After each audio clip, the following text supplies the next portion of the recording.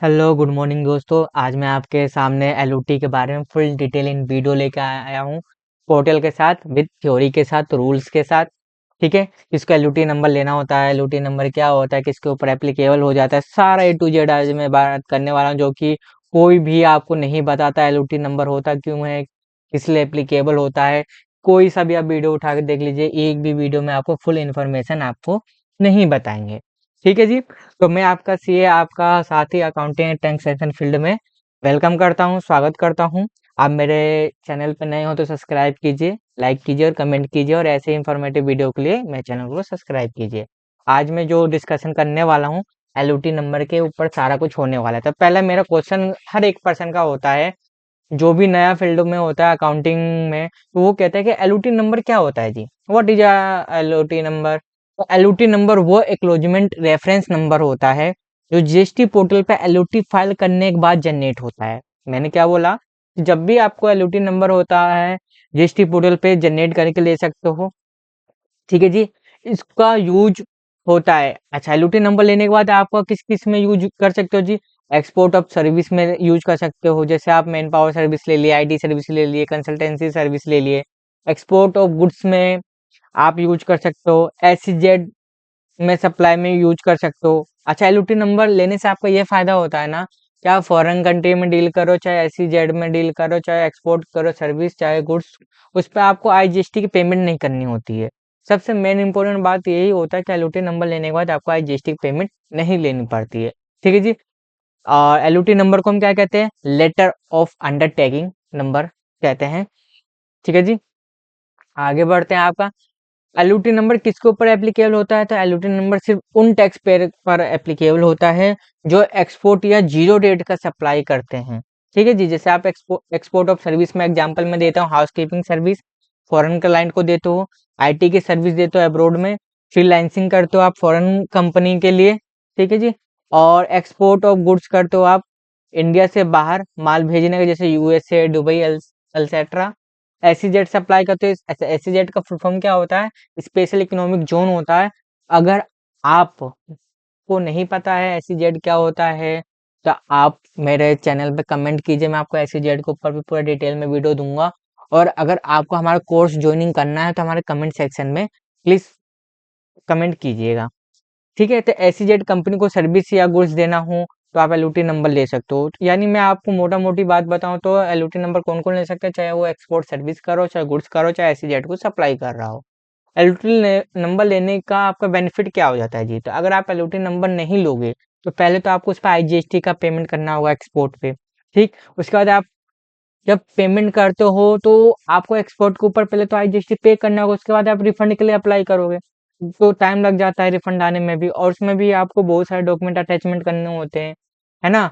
और सारा कुछ मैचिंग होना चाहिए, अगर मिसमैच हुआ तो रिफंड भी नहीं आने को। तो एलओटी नंबर लेने से फायदा ये होता है कि आपको आईजीएसटी का पेमेंट नहीं करना होता है। अगर एलओटी नंबर ले लिया है आपने तो बिना जीएसटी का पेमेंट करे आप एक्सपोर्ट कर सकते हो। हाँ जी, आपने सही सुना, बिना जीएसटी का पेमेंट किए हुए आप एक्सपोर्ट कर सकते हो। ठीक है। डायरेक्ट एक्सपोर्ट कीजिए विदाउट पेमेंट का, कैश फोलियो में सेफ रहेगा।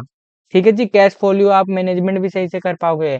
एलयूटी नंबर कौन ले सकता है, एलिजिबिलिटी कौन है, कौन कौन ले सकता है, तो ये लोग एलयूटी नंबर ले सकते हैं। कौन कौन, जो जीएसटी में रजिस्टर्ड होते हैं एक्सपोर्टर, सर्विस एक्सपोर्टर हो गए, गुड्स एक्सपोर्टर हो गए, एससीजेड एक्सपोर्टर हो गए, है ना। लेकिन एलओटी नंबर ऐसे नहीं मिलेगा, आपके ऊपर एक गवर्नमेंट कंडीशन लगा के रखती है, पिछले 5 साल में टैक्स इवेजन की सीरियस केस में नहीं होना चाहिए। अगर आप पिछले 5 सालों में कभी भी टैक्स की चोरी करते हुए पकड़े गए हो तो आप एलओटी नंबर अप्लाई नहीं कर सकते हो। 2.5 करोड़ से ज्यादा का आपका टर्नओवर भी नहीं होना चाहिए। एलओटी नंबर कब लेना चाहिए, एलओटी नंबर लेना चाहिए जब आप एक्सपोर्ट स्टार्ट कर रहे हो, या फॉरेन क्लाइंटों को इनवॉइस बिना जीएसटी का बना के देना चाहते हो। हर फाइनेंशियल ईयर में आपको एलओटी नंबर को रिन्यू करवाना पड़ता है जी।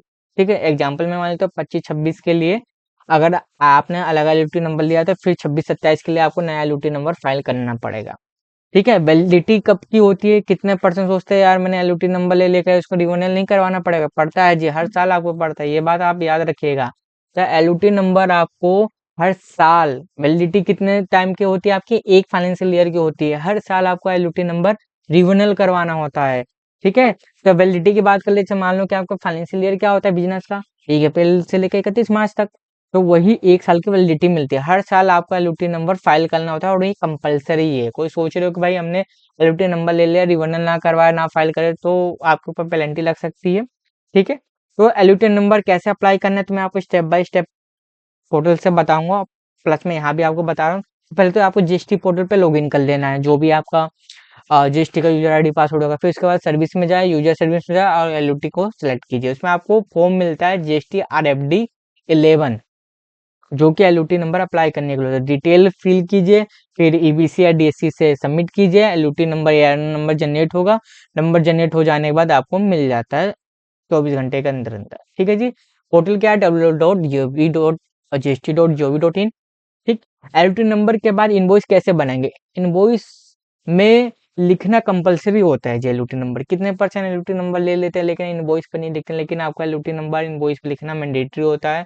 सप्लाईमेंट फॉर एक्सपोर्ट के केस में एलयूटी नंबर है तो आपको विदाउट पेमेंट ऑफ आईजीएसटी, यानी आपका एलयूटी नंबर लेने से सबसे बड़ा बेनिफिट हो जाता है कि आपको आईजीएसटी का पेमेंट नहीं करना होता है एक्सपोर्ट के टाइम पे, चाहे गुड्स की करे चाहे सर्विस की करे। ठीक है जी। इंपॉर्टेंट पॉइंट क्या है, आपका बिजनेस के हिसाब से तो मैं बोलूंगा, क्योंकि आप house keeping man power service का काम करते हो या आप कुछ भी करते हो, इसके अलावा अगर क्लाइंट इंडिया में है तो एलयूटी का यूज नहीं होगा, नॉर्मल जीएसटी लगेगा जैसे अपना CGST जीएसटी आईजीएसटी लगता है। अगर आप फॉरेन कंपनी को सर्विस दे रहे हो तो एलयूटी नंबर यूजफुल होगा। ठीक है जी। एलयूटी और बॉन्ड में डिफरेंट क्या है जी, तो आपका बेसिक एलयूटी बॉन्ड में क्या होता है कि कॉस्ट जो इसमें होता है फ्री होता है, फ्री ऑफ कॉस्ट आप अप्लाई करते हो। ठीक। बैंक गारंटी लग सकता है। ठीक। एक्सपोर्ट रिस्क की केस में कम होता है, इजी होता है, वेरी इजी होता है, और ये कॉम्प्लेक्स होता है बहुत। ठीक है जी।